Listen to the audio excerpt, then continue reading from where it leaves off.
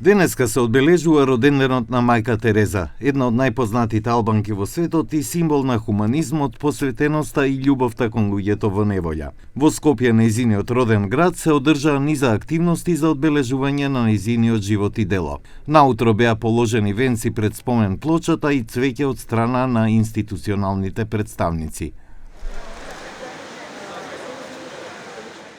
Денес сме тука на одбележување на 116 годишнината од роѓањето на мајка Тереза Гонџе-Бојаџију, која што ја даде пораката на хуманоста на целиот универзум и на човештвото, и наша чест е дека она е скопјанка и албанка, па со тоа не прави и горди и не обврзува нејзината порака да ја спроведуваме и во политиката и во секојдневниот живот. Централниот настан за роденденот на мајка Тереза се одржава во Музеот на современата уметност, под покровителство на првиот заменик премиер Беким Сали, додека почесен гостин беше премиерот на Косово Албин Курти.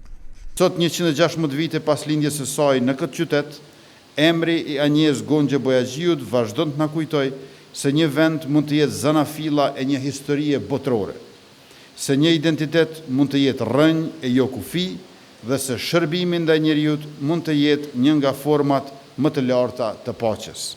Во рамките на овој настан беше промовирана книгата Мисионерскиот пат на Гонџе-Бојаџију кон универзалната мајка Тереза од авторите Алберт Рамај и Скендер Асани, а беше отворена и документарна изложба посветена на нејзиниот живот и дело. Në familje ajo mori rënjët, në besim mori forcën, në shkup mësoi bashkëtesën. Dhe pikrisht kjo provoj e ndihmoi që kur misioni e vendosi përballë njerëzve të feve, kombeve dhe kulturave të ndryshme, ajo të mos pyeste çfarë ishin. Ajo shihte se kush kishte nevojë për të. Vetëm dashuria do ta shpëtoj botën, thoshte ajo. E unë do ta shtoja, do ta shpëtoj edhe botën shqiptare dhe botën mbar njerëzimin, se dashuria është fuqia më e madhja dhe e vetmja e cila lëviz shpirtin, mendjen, ndërgjendjen dhe zemrën e njeriut.